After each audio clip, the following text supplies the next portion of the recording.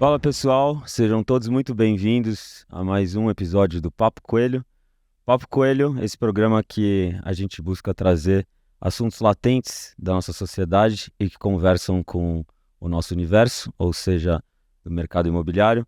No último episódio, nós tivemos Kleber Paradella e Astério Segundo conversando um pouquinho sobre inteligência artificial e o South by Southwest, o maior evento de tecnologia do mundo que aconteceu no mês passado. E nesse programa de hoje, a gente vai falar com um convidado mais do que especial, o nosso guru do marketing, sobre comunicação, a comunicação como ponte entre pessoas e marcas e o desafio do marketing nos dias atuais. Eu sou o Luiz Alfredo Coelho da Fonseca, vulgo Lully, comigo Alvinho Álvaro Marco Coelho da Fonseca. Olá.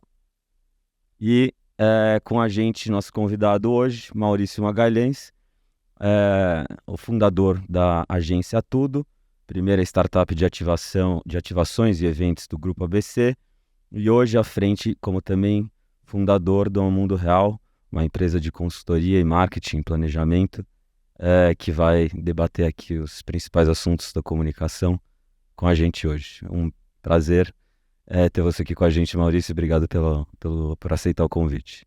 Cara, o prazer é todo meu. Primeiro, é muito legal, assim, essa linguagem de podcast. Eu acho que a oportunidade de troca de ideias, eu acho que a gente começa... É uma ponte de comunicação entre nós e pessoas que possam refletir sobre as questões que a gente bate um papo aqui de uma forma muito diferente, que não é nem entrevista, nem apresentação, é um diálogo, um bate-papo. É muito bom estar aqui nessa empresa, que é uma das empresas que eu mais admiro, que eu conheço já há bastante tempo, com a capacidade de reinvenção que ela vem tendo. Vendo essa sucessão aí com vocês, então é muito legal. E muito obrigado, eu que agradeço esse convite. Vamos nessa, explorar aí, vamos concordar, discordar, pensar juntos e trocar ideias. É isso aí. Maurício, além de estar à frente, de ter uma trajetória tão especial no universo da comunicação e do marketing, é hoje o nosso guru ali na Coelho da Fonseca, pensando em estratégias, pensando caminhos junto com a gente. É, e tem uma trajetória também muito bacana durante todos esses anos e na evolução da comunicação. Conta pra gente um pouco de como você começou, como você passou por todas essas agências e o que você faz hoje em dia e o que você vê aí no mercado. Bom, vamos lá. Primeiro, assim, eu tenho uns 63 anos e eu fico tentando entender um pouco como eu vou me atualizando e modernizando. Eu acho que a gente tem hoje um olhar da idade. A idade é muito opcional, o corpo vai, mas eu acho que você tem, assim, um olhar sobre si próprio, de como você rejuvenesce, de como você pensa e se atualiza. Eu sou encanado disso tudo. Minha trajetória profissional, ela é intensa, ela foi em ciclos. Eu acho que eu estou no meu quarto ciclo. O meu primeiro ciclo foi muito interessante. Foi numa empresa de commodity, engraçado, em 1981, quando o Brasil era um país muito fechado, era um Brasil de Colinos e Colgate, Volks, Ford, Chevrolet, não tinha nem Fiat. Cara, eu trabalhei numa empresa de commodity que fazia trade company com cacau no mundo. Então eu descobri o mercado livre com essa experiência que eu não sabia que o Brasil não era assim. Então meu Harvard, meu MIT, meu Stanford acabou sendo esse mundo de eu entender o que era competição, margem apertada, muitos competidores, e foi assim uma grande escola. Eu fiz administração de empresas e depois marketing. Logo depois eu tive um segundo ciclo. Esse segundo ciclo, eu fui para o Sistema Globo, lá na Bahia. Eu cheguei a ser vice-presidente da Rede Bahia. E lá nesse novo mundo eu tinha descoberto esses atributos daquele ciclo lá de commodity, de competição. Nesse segundo ciclo eu descobri o que era estratégia, assim, o privilégio de trabalhar na TV Globo, no Sistema Globo, e ver isso de uma forma, o que é construção de cenários, o que é que você se adapta na Globo. O controle remoto ia acabar com a Globo, TV a cabo ia acabar com a Globo, tudo ia acabar. Essa capacidade de reinvenção, não estou falando da Globo, mas a capacidade de reinvenção de empresas, e com estratégia que você olha o futuro e vai se modulando para ele. Depois eu tive um convite do Grupo ABC, vim para São Paulo. Eu era general 6 estrelas, eu tinha 2 secretárias motoristas, aqui eu vim ser cabo aqui de... E aí botei uma startup que era eu e mais 6 pessoas, e acabou sendo uma startup muito bem sucedida no Grupo ABC, chamada Tudo. Foi uma puta agência, passou um monte de gente bacana. Todo mundo que passou lá, passou para uma melhor no ponto de vista de outras oportunidades, era uma escola. E essa agência me ensinou o mundo da comunicação. como a comunicação e toda essa explosão de tecnologia que rolou, e essa agência foi vendida, eu também saí desse mundo e aí entrei nesse campo de consultoria, de pensamento, é o que a gente está fazendo junto, desses aprendizados todos. Só uma coisa interessante, quando eu tive a experiência na Tudo, chamou atenção para uma coisa, assim, como esse mundo antigo das agências de comunicação são pessoas muito brilhantes e muito táticas, sem muitas estratégias. E talvez por isso que o próprio segmento de agências, e tal, ele foi ficando do caminho por uma falta de reinvenção desse modelo de negócio. Então me leva a crer que essas questões de você estar à frente do tempo, tentando mapear o que vem pela frente, porque a grande dificuldade hoje é você navegar para esse futuro, né? Inclusive, o nome da minha empresa é Mundo Real. A gente até comentou isso, né? E o nome dessa empresa traduz um incômodo, esse incômodo de que todo mundo virou agente de futuro, os futuristas, que tem todo um sentido, mas ninguém está discutindo como você navega nesse mar complexo, com essa loucura toda. Então, muito resumidamente é isso. Hoje eu estou no meu quarto ciclo, espero ter o quinto e outros ciclos, mas foi muito legal e estou super feliz aqui dentro do marketing, na Coelho e com essa empresa. Pô, legal, Maurício. É, eu ia até perguntar mais um pouco sobre o nome da agência aí, Mundo Real. Eu acho que isso daí tem um pouco a ver com, assim, sair um pouco desse mundo digital, tecnológico e tal, e botar o pé no chão um pouco para o que é real, né? O mundo que a gente sempre estava acostumado. É. O mundo verdadeiro aí, antes de toda essa loucura digital, né? Porque eu acho que, engraçado, assim, o mundo fica pensando, parece que existem dois mundos, né? Antes e depois do digital. Antes e depois da internet, como se isso fosse, assim, duas sociedades diferentes, né? Eu fico brincando, né? Real, assim, ninguém vai fazer filho no futuro fazendo download, né? Então, eu acho que tem algumas reflexões que eu sempre faço, que eu, assim, o que a tecnologia hoje impacta é uma realidade, assim, inovação é uma realidade. Mas a gente entra nessa dança, a gente é tão impactado em inovação, que tem todo o sentido, e a gente perde o sentido do que está acontecendo, na verdade, porque você precisa ter um pensamento inovador. E eu fiquei pensando assim, uma época eu fiz um trabalho, que eu fiquei pensando, o que Gutenberg fez com a imprensa no século XV ou XIV, não me lembro, foi o impacto do internet, quando ele criou a imprensa. As caravelas foram uma espécie de Facebook, imagina o que aquilo representou. O satélite no século passado foi o Instagram, e os Beatles foram os influencers daquela época. Então, assim, a inovação não começou agora. O que mudou depois, e assim, nem a tecnologia, nem a disruptura começou agora. Então, o que a gente está vivendo agora é que as inovações ganharam celeridade. Então, a inovação todo dia que geram revoluções rápidas, evoluções que você não percebe, tem que se atualizar. No fim da linha, nós estamos falando de velocidade. Agora, velocidade que não pode ser confundido com pressa. Tem que ter Instagram, porque tem que ter Instagram, faz aí sem saber para quem, por quê, para quê.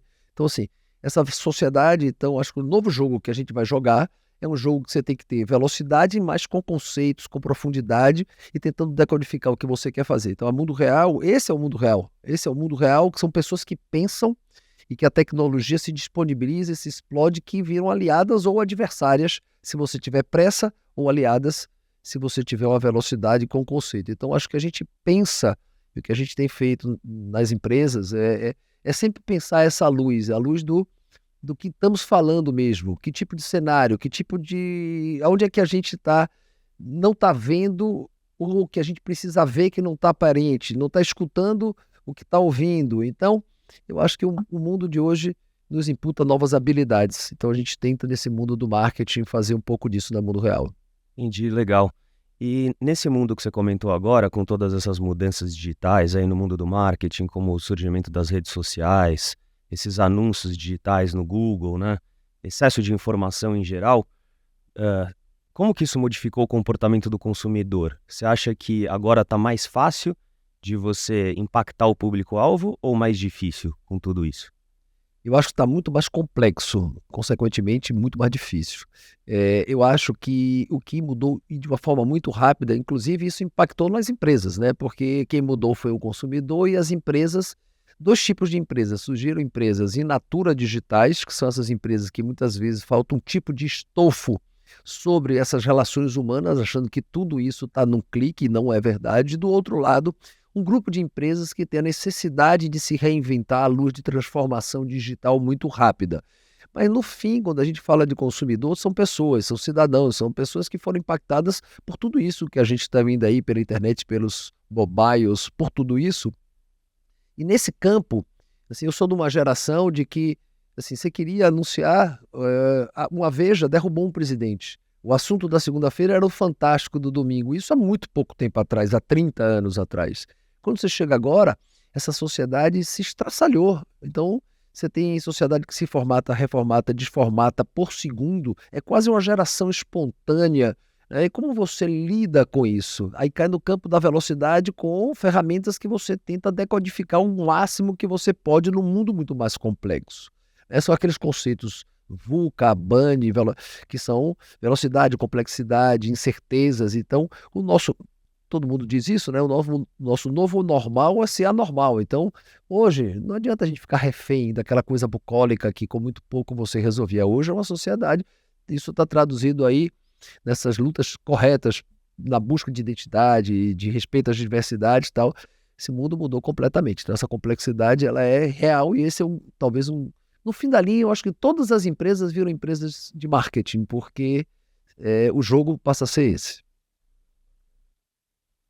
E falando um pouco nesse universo aqui digital que parece uma briga por atenção e uma briga por conteúdo, assim, é muito conteúdo, né? Então você fica num universo onde todo mundo sabe de tudo e ao mesmo todo tempo ninguém sabe de nada. É, como se enxerga o desafio das marcas para criar uma conexão genuína com as pessoas, com o consumidor, né?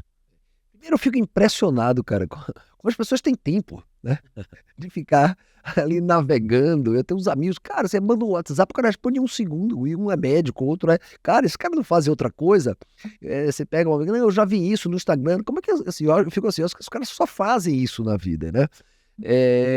Mas, cara, assim, nesse mundo, se você cair um pouco no quesito pressa de começar a gerar um conteúdo descoordenado ou porque tem, eu acho que, assim, o que eu penso sobre isso nas marcas, as marcas hoje são geradoras de conteúdo com estratégias muito bem definidas, mas, cara, você ouve, lê, assiste, mas faça o seu caminho dentro do seu caminho. Não tente copiar a fórmula de ninguém, não tenta ficar adaptando fórmula de ninguém.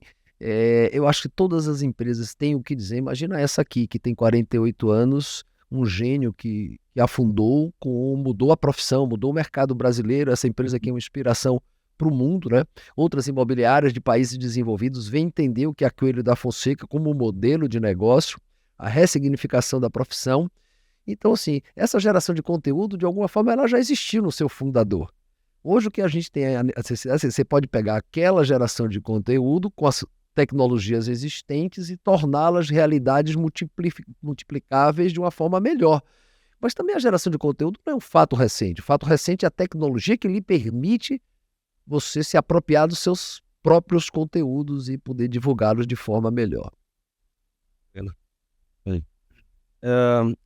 Qual que é a importância que você vê, assim, por exemplo, numa empresa de serviços que presta serviço, como é o caso da nossa empresa, né, da Coelho da Fonseca, que é uma imobiliária, no meio de tudo isso, assim, de tantos concorrentes e tal, oferecer um serviço de excelência? Você acha que isso é fundamental hoje em dia? Eu acho até que serviço de excelência é commodity.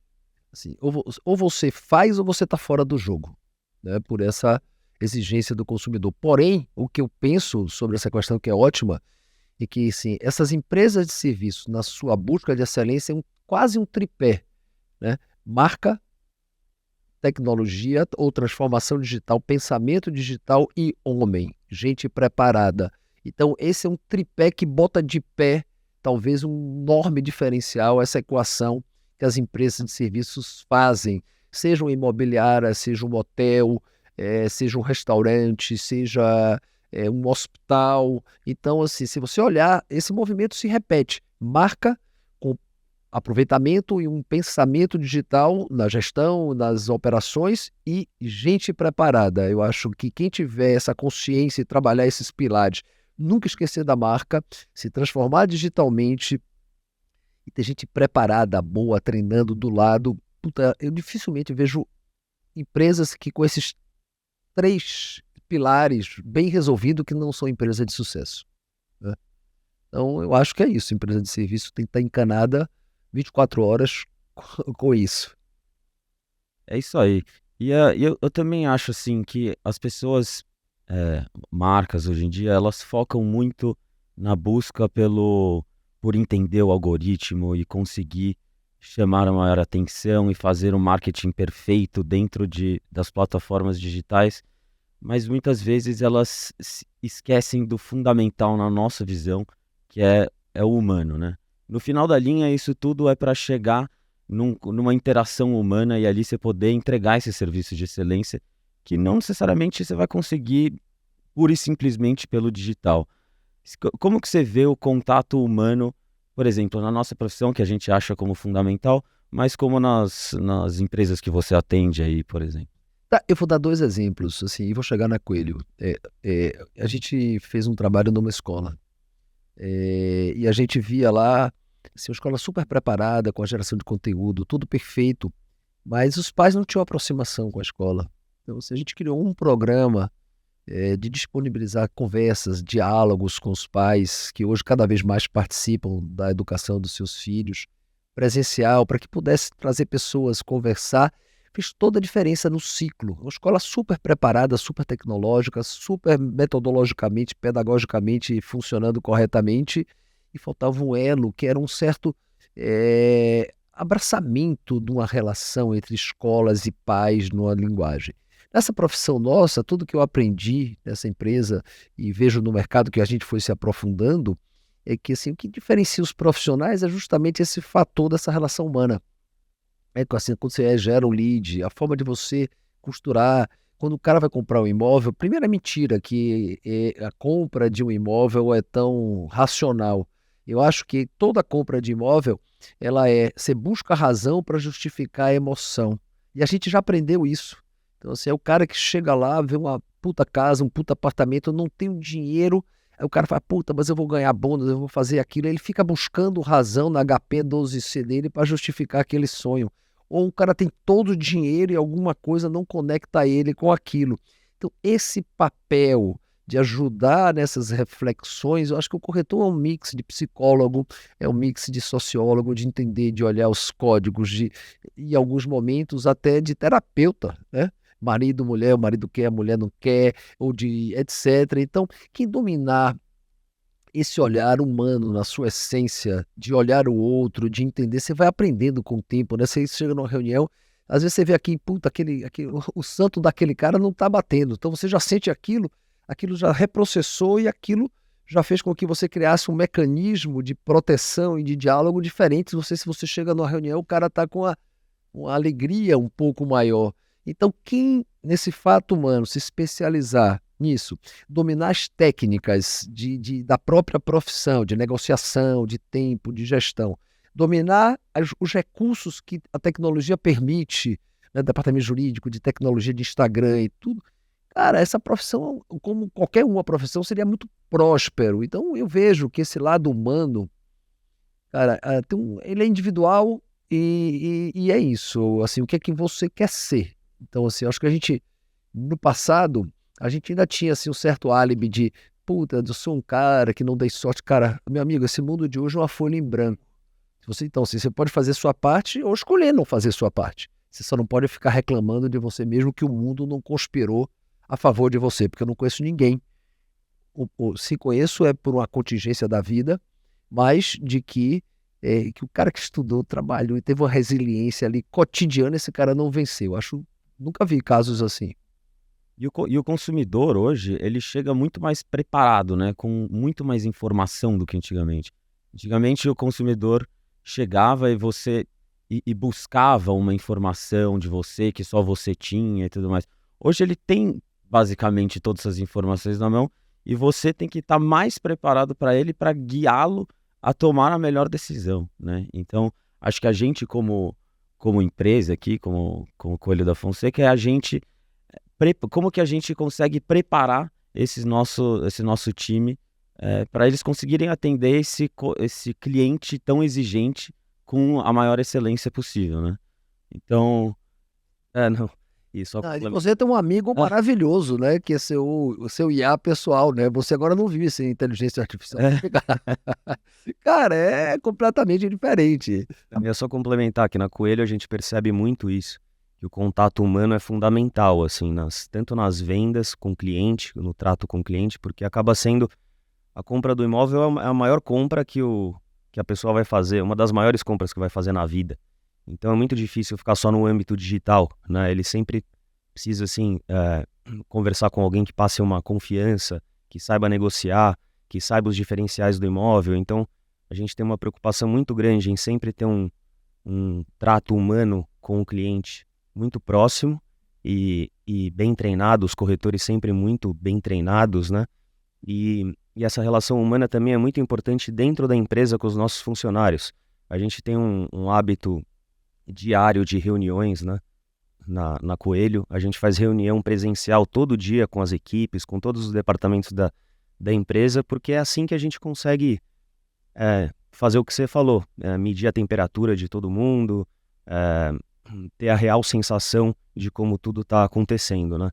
E dificilmente eu acho que uma pessoa vai comprar um imóvel simplesmente ficando no mundo digital, né? Então, a importância que a gente dá para o treinamento das nossas equipes é fundamental, assim. A gente acha que sempre isso vai ser a coisa mais importante, assim, ter gente bem treinada, com bastante conhecimento no mercado, que saiba lidar da melhor forma possível com o público, porque é assim que funciona. É isso. Eu acho, assim, pensando no que você está comentando aí, Alvinho, tem dois olhares. Eu queria falar de confiança, né? Tem uma graça, né, que essa coisa, confiança, muitos anos atrás, assim, acho que foi até no mercado americano teve uma graça para traduzir isso, assim, você compraria um carro de Nixon, né, um carro usado de Nixon, né, que no fundo é tão profundo, né, uma frase tão babaquinha, mas tão profunda do ponto de vista, se você compraria um carro de Nixon, você está dizendo o seguinte, puta, o que está por trás disso, né? Então, assim, eu trago isso, assim, olhando nesse olhar de confiança, porque dando um zoom específico nesse nosso mercado, ou em qualquer outro mercado, né? Você vê a dificuldade que os carros chineses têm de entrar, né? A desconfiança é o quê? É porque o carro elétrico ou isso, a engrenagem é diferente, ou você olha aquilo ali, meu amigo, você tem uma estrada para rodar aí, para se provar em que quesito? Confiança, né? Você vai estar. Então, feliz de quem está hoje no mundo que você já tem esse selo da confiança, né? Então, se você é um cara preparado e está numa empresa que tem esse atributo de confiança, você vai deixar seu dinheiro em que banco? Ou você vai, enfim, comprar uma passagem antecipada em que companhia aérea? Ou você vai comprar um pacote de turismo?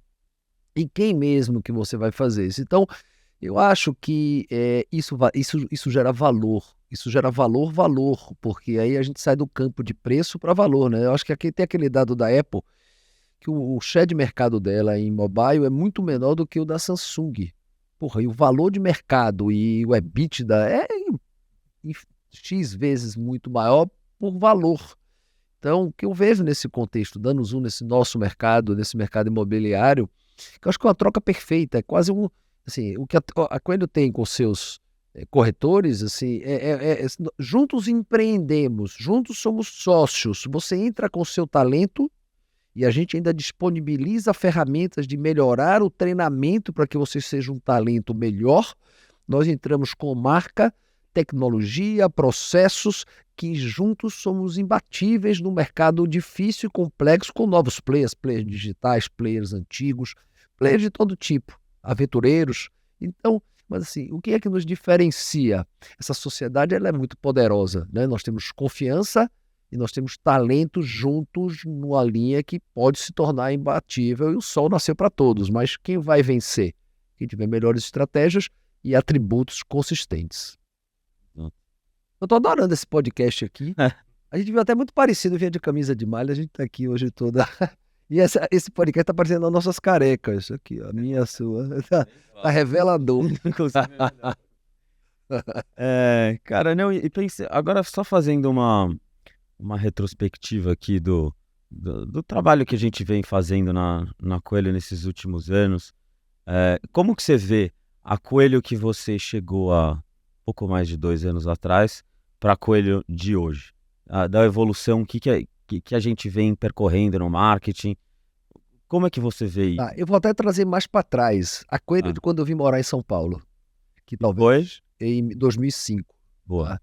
Que foi quando eu tive meu primeiro encontro com a Coelho, e o meu ponto de encontro com a Coelho foi Álvaro, numa reunião de um grande cliente do mercado imobiliário, que eu fiquei absolutamente chocado com a inteligência de Álvaro, naquele momento, que carregava por trás dele uma empresa que para mim era nova, porque eu tinha vindo da Bahia quase 20 anos atrás, e ver um pouco da lógica que tinha ressignificado o que para mim era ser corretor, o que para mim era ser uma imobiliária. E aquilo era uma usina de ideias e marketing. Era uma empresa que soube se reinventar, e vira e mexe as campanhas que eu via da Coelho, as ideias em reunião de Álvaro e da equipe Coelho, o time de corretores que eu vi com os clientes e as performances que tinham. Corta. De lá para cá, o que eu vejo nesses 2 últimos anos, primeiro é uma consciência e uma capacidade de evolução, que hoje está passando por sucessão, que também é um ponto muito sensível na maior parte das empresas que não fazem essa sucessão.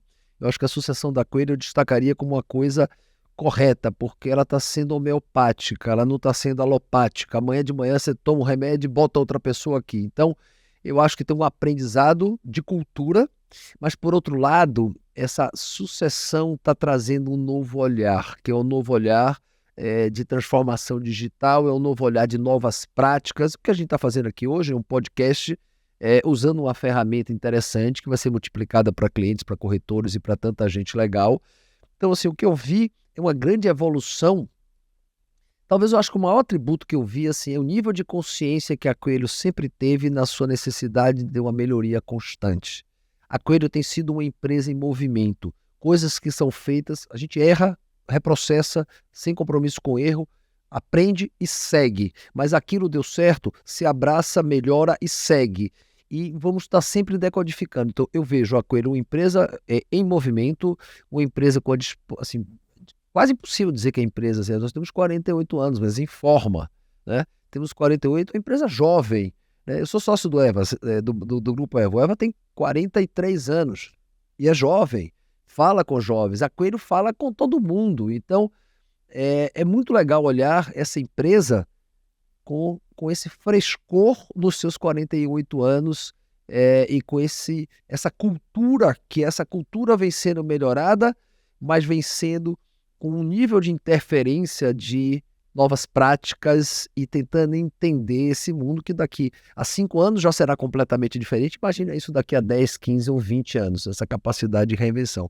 Então, é sensacional o que eu vejo hoje nesse segmento e o meu último ponto dessa, talvez, experiência que eu tenho visto nesses 2 últimos anos é que a força que a Coelho descobriu, que ela não é uma empresa de vendas, ela é uma empresa de inteligência. A venda acaba sendo consequência. Tem uma máxima que diz assim: a melhor forma de você vender é ser comprado. Eu acho que o que a Coelho traduz como casos que entra aquele cara que entra numa loja nossa aí por São Paulo, quero comprar uma casa de 10 milhões, 15 milhões, 30 milhões, assim, você nunca viu o cara na vida, como é que ele entra lá? Praticamente ele comprou da gente de uma forma de olhar. Então, eu acho que essa consciência de que somos uma empresa de marketing, somos uma empresa de inteligência de marketing, que a gente vende inteligência e que a venda é consequência, cara, esse é um atributo sensacional. Eu acho que é esse o caminho que eu estou vendo assim com muito sucesso nesse momento. E o desafio de continuar tendo. Legal. A gente sempre teve uma preocupação assim, em ser uma empresa de marketing mesmo, né? A gente sempre pensou em lançar novas tendências no mercado, assim, e a gente lançou mesmo, assim. A gente fomos a primeira empresa a lançar o departamento Private, que é o Private Brokers, né, que são corretoras, a maioria mulheres. Aliás, a nossa empresa, 90% das corretoras são mulheres, porque historicamente são as que mais fazem sucesso, assim. Então, o departamento Private, a gente fez uma equipe super personalizada, que são corretoras que falam a mesma língua desse público de alto luxo. E aí todas as outras imobiliárias depois disso formaram departamentos, privates, primes e tal, mas não conseguiram muito se sustentar. Então hoje acho que a Coelho da Fonseca deve ser uma das únicas aí que ainda mantém esse departamento, e a empresa toda hoje é private. Então a empresa toda se transformou em private, a gente sempre tem essa preocupação, né? Deixa eu refletir sobre esse conceito de private, né, assim, com a empresa como um todo. Primeiro, assim, tem uma coisa que é muito difícil você ver isso na maior parte das empresas, que é uma definição muito clara da sua vocação. As empresas, no seu sucesso, às vezes acabam desviando, querendo fazer um monte de coisa e acabam voltando ali para aquele processo.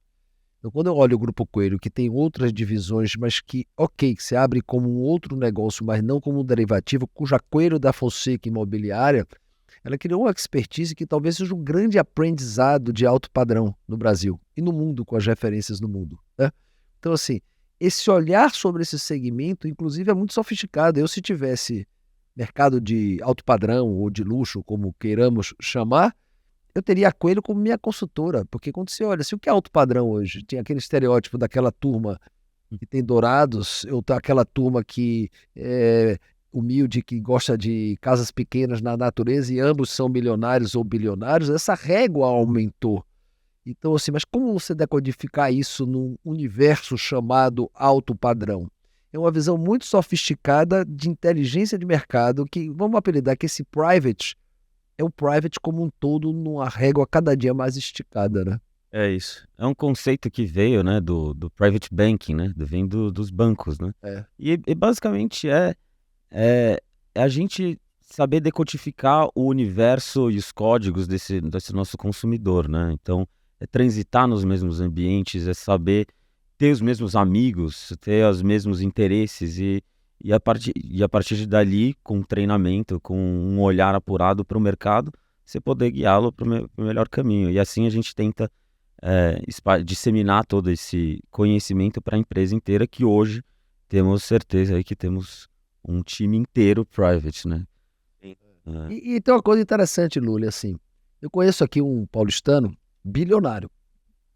Esse cara tem uma casa num bairro charmoso e hypado. Esse cara tem uma casa no sul da Bahia, tem uma casa ali, mas assim, os códigos dele não são códigos de ter uma casa em Miami, Isso. de ter... Mas esse cara, ele então assim... E por outro lado, eu também tenho um outro amigo que tem casa em Miami, casa e tal. Então, como você entender cada um como cada um dentro desse processo e fazer esse fluxo e essas leituras corretas? Não é A fácil. sensibilidade, né? É um aprendizado, né? Você vai... Uma outra ferramenta aí que a gente também criou, que o mercado todo acabou copiando, é a gestão de comercialização, né? Que é a famosa exclusividade. Então é um conceito que nos Estados Unidos as pessoas só trabalham assim, não existe trabalhar imóveis sem exclusividade, então sempre tem uma pessoa responsável pelo imóvel, que conhece, cuida daquele imóvel como se fosse dele mesmo, conhece todos os detalhes, e o resto do mercado inteiro, quem quiser trabalhar aquele imóvel, tem que fazer uma parceria com aquela pessoa, né? Então a gente trouxe esse modelo hoje para o Brasil, que é um modelo usado hoje, muito comum em todas as imobiliárias, e eu acho que é muito bacana isso, a gente ter sido precursores nisso, porque historicamente, assim, na nossa empresa, os imóveis que têm esse trabalho vendem 5 vezes mais rápido do que os outros imóveis que estão no nosso banco de dados. Por quê? Porque o corretor ele coloca uma energia naquele imóvel muito maior do que no resto dos imóveis que estão cadastrados ali. Então ele vai no imóvel, ele conhece todos os detalhes, ele divulga esse imóvel internamente para a empresa toda. Semanalmente a gente tem reunião, então o corretor ele sempre está divulgando esse imóvel internamente na empresa, sempre está preocupado em divulgar esse imóvel para a rede de relacionamento dele. Esses imóveis também têm muito mais investimento em marketing, né? Nesses portais, no nosso site, fica mais em destaque também. Então é uma ferramenta que veio para ficar assim, que... E a gente, quando a gente trouxe, basicamente copiou a ideia do listing dos Estados Unidos num mercado que lá é basicamente lei, e aqui a gente trouxe como conceito, como trabalho, né?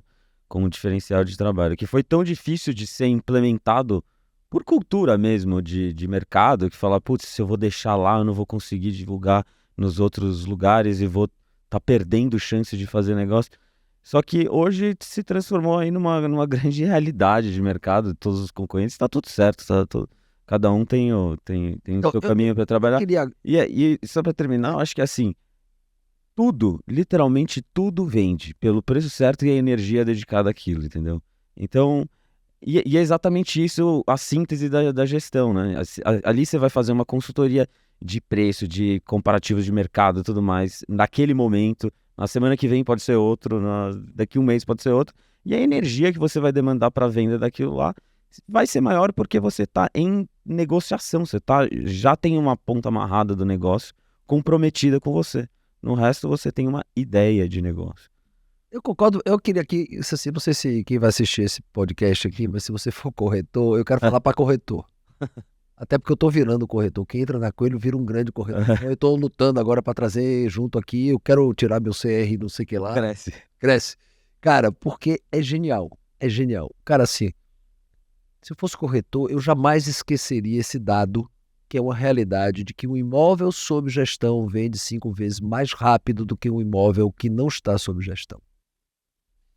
Eu acho que se superar e criar uma estratégia para, na primeira abordagem, explicar esse conceito para o cliente de que o imóvel sob gestão é infinitamente melhor, para romper esse tabu perverso que existe de que é bom o imóvel estar em vários lugares, e a gente sabe também por dados que imóveis que estão em vários lugares, ele se degrada comercialmente por uma disputa que não é saudável, que é muito melhor essa concentração. E que, além de ser melhor a concentração, é muito melhor a gestão pela velocidade do tempo, pelo foco que sua imobiliária, que no caso nosso na Coelho, dá pela celeridade de venda. Cara, é tão simples e ainda a gente convive com uma realidade do século XX, que é uma profissão que carregava essas dúvidas sobre essa profissão de corretor. Essa profissão de corretor, ela é repleta de dados, ela é repleta, é com uma profissão. Se você entender isso com profundidade como empreendedor, com análise de dados e mudar suas abordagens, você também vai 5 vezes mais rápido, talvez, fazer mais 5 vezes mais negócios. Esse, na minha opinião, é o X do acerto. Então, esse ponto é um dos pontos que eu sou mais convicto um pouco desse momento, que a briga das imobiliárias será para quem conquistar no cliente a consciência de que imóvel sob gestão é a melhor coisa que o cliente faz, não é que a imobiliária faz. Para a imobiliária vai ter muito mais capacidade de vender melhor por uma decisão do cliente dessa exclusividade. Esse, na minha opinião, é o que a gente mais está vivendo aqui nesse momento, e essa questão do lead, né? De que como você antigamente era uma ligação, uma visita, uma placa, hoje esse lead vem por diversos caminhos que ele entra em você. Então, se você for antena de leads e feliz de quem tem um roteiro e um paper de clientes que podem seguir aquela trajetória, eu duvido que você não tenha anos futuros com muito sucesso se você repensar seu cotidiano como empreendedor dentro desses pilares. É isso aí, tá vendo por que é o guru do marketing? Não, porque eu sou agora o guru dos corretores. Eu quero ser corretor. Não, guru não, eu quero ser corretor.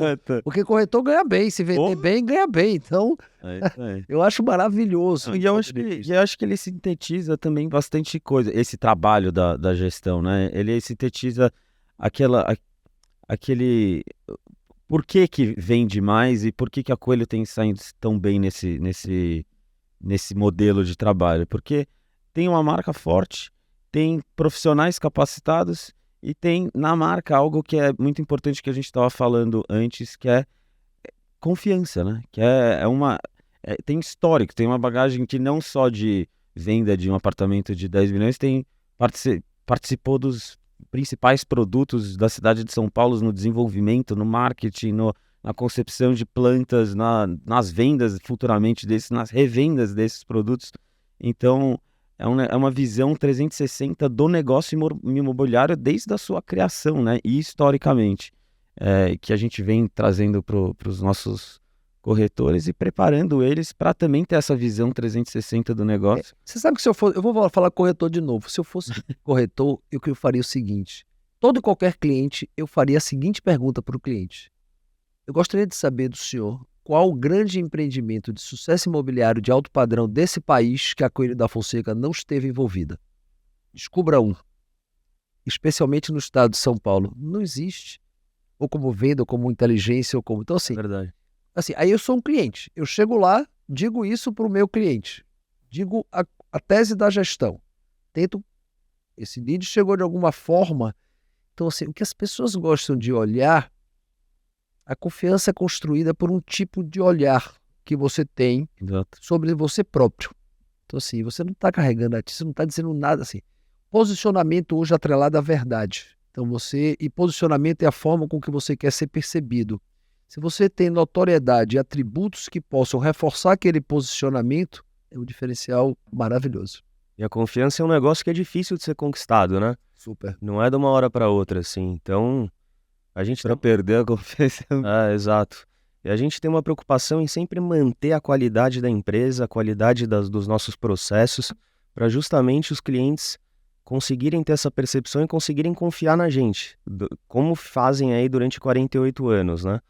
Então, por exemplo, o nosso site hoje em dia, a gente tem uma preocupação em manter o nosso site atualizado com as informações corretas, os anúncios corretos, imóveis sempre atualizados para o cliente entrar no nosso site e confiar que aquele portal ele está entrando e pode contar com aquelas informações, né? Diferente de alguns sites hoje em dia que tem portais imobiliários, né?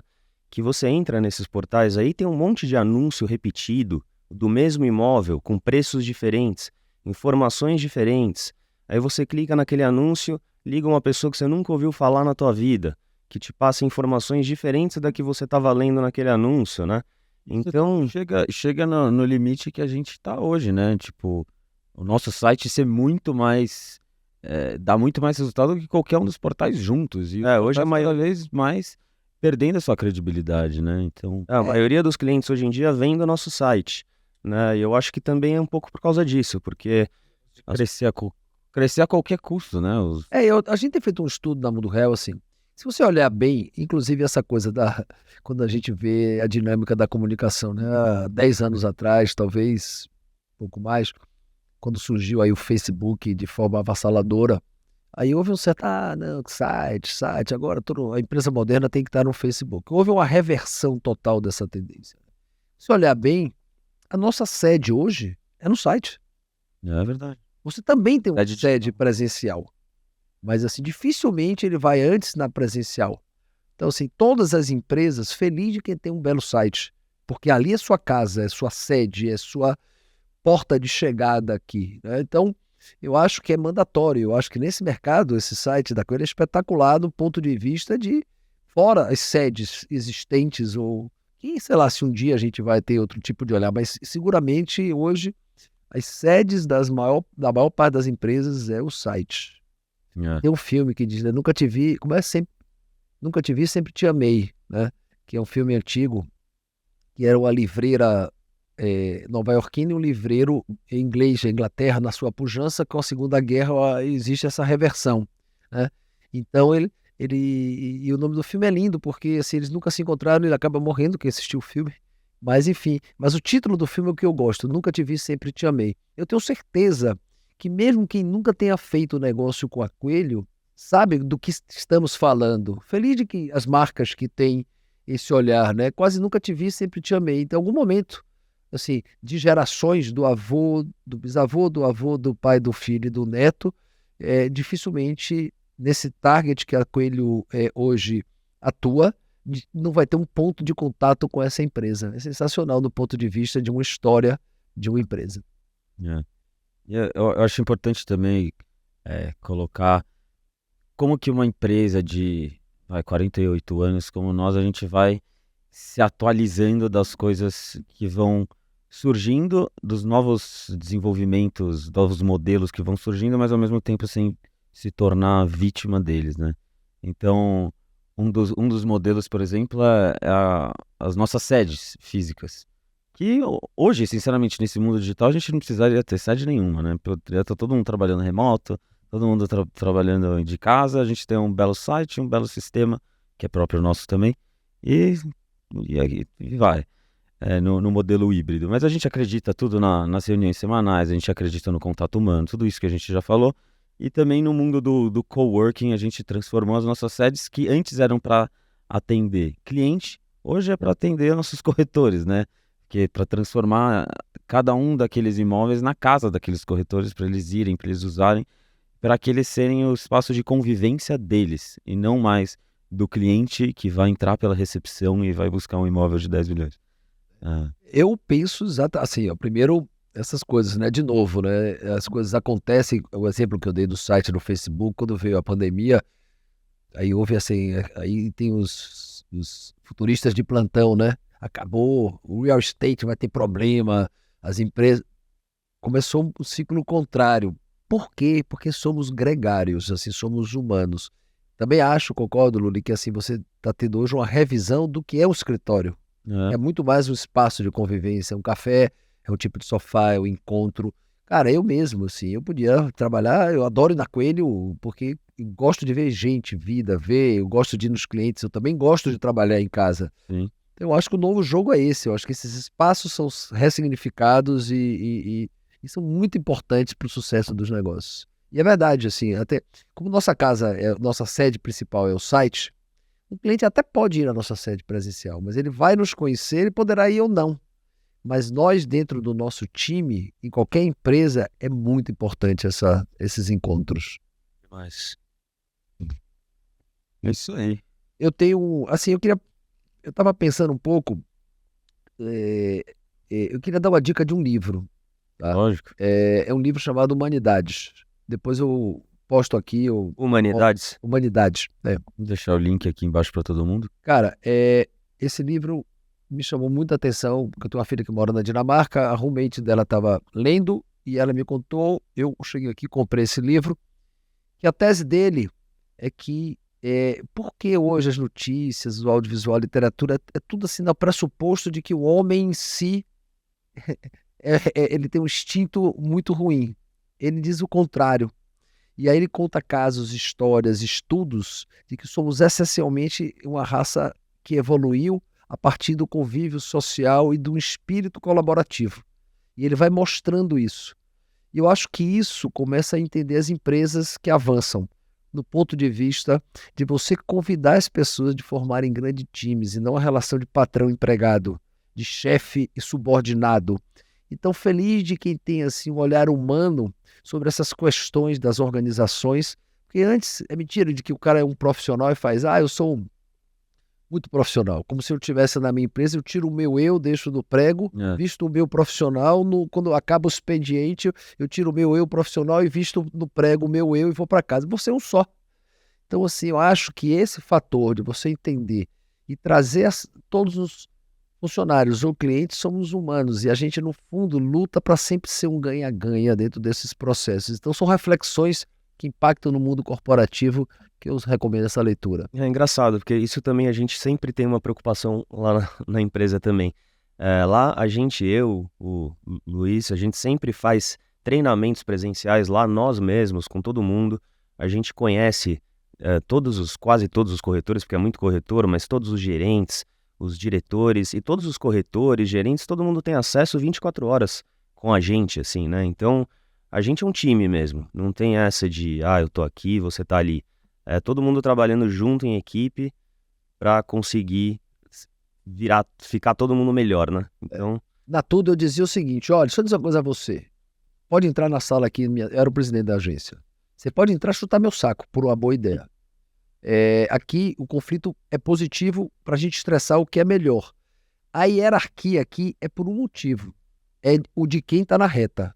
Se der muito problema, o meu primeiro está na reta, mas se também der muita sucesso, eu também sou a cara desse negócio. Então, a hierarquia é por responsabilidade de decisões. Mas na hora de você ter o movimento, ele se horizontaliza quando você forma um time.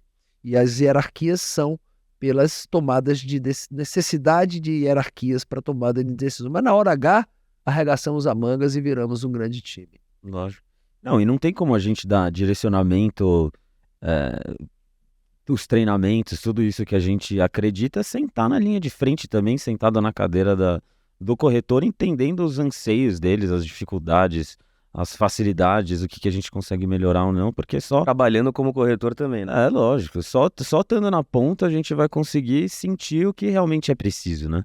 E para poder dar o direcionamento certo. Posso fazer mais uma última Pode colocação? fazer o que você quiser. Até o horário que a gente vai ser posto para fora aqui, acabar nosso tempo. Cara, eu queria fazer uma reflexão sobre profissões, né? Uhum. É a forma de a gente se olhar, né? Uma vez eu fui convidado para participar de uma concorrência do Sri Lanka, o país Sri Lanka, que é o antigo rei do Ceilão, né?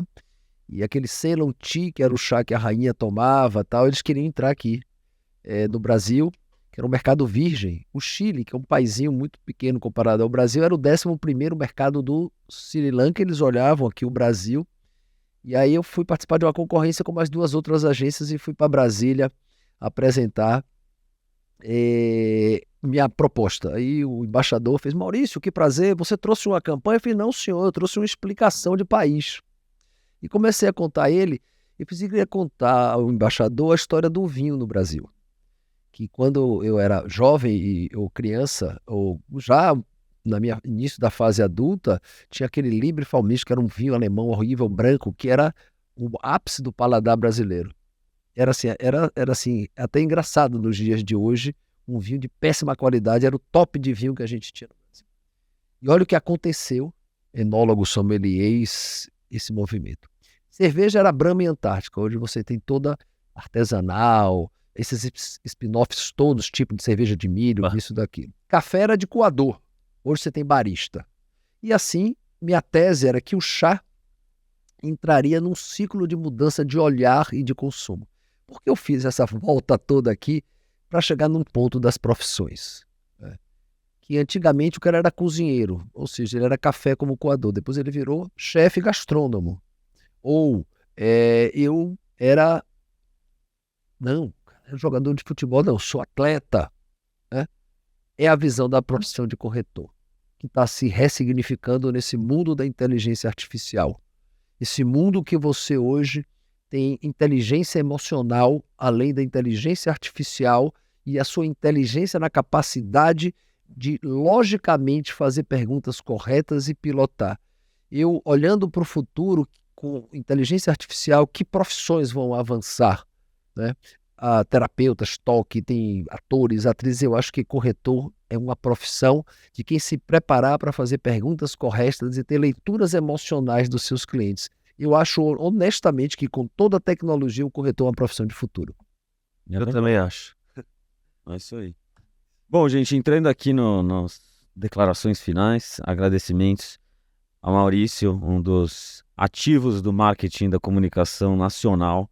Muito obrigado pela presença, tá aí com a gente. E antes da gente finalizar aqui, queria fazer uma reflexão aqui, uma pergunta para você.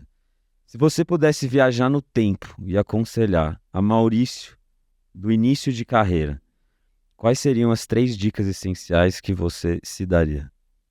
A primeira é falar inglês fluente. Eu tenho esse trauma, talvez eu nem estivesse aqui. É uma alfabetização que lhe abre o mundo, né? A segunda é viajar muito, muito mais do que eu viajei, de conhecer o mundo, porque vá aqui em São Caetano, mas vá para a Índia, vá para Nova York, vá para a África, vá para o Ásia, para você ver gente e decodificar. E a terceira, goste de gente, ter amigos. Outro dia eu estava nessa terceira aqui, resolvi depois de milênios ir para a Bahia de carro, eu e minha mulher. Eu estava entrando no Espírito Santo e uma chuva horrorosa, eu ia chegar tarde, eu me lembrei, puta, quem não tinha pegado hotel, eu liguei para um amigo meu de lá: Álvaro, eu preciso de um hotel. Ele em Vila Velha: Maurício, eu vou providenciar agora, um cara que eu não vi há 15 anos. E eu fiz isso só por respeito. Então, falar inglês, viaje pra cacete, cara, tenha valores e goste de gente. Eu acho que isso é sensacional para você fazer sua própria história. Sabe tudo. É isso aí, gente. Então, chegamos ao fim desse nosso segundo episódio do Papo Coelho. Obrigado pela presença. Deixa aqui as recomendações para próximos temas de episódios e nos vemos na próxima. Obrigado, pessoal. Valeu.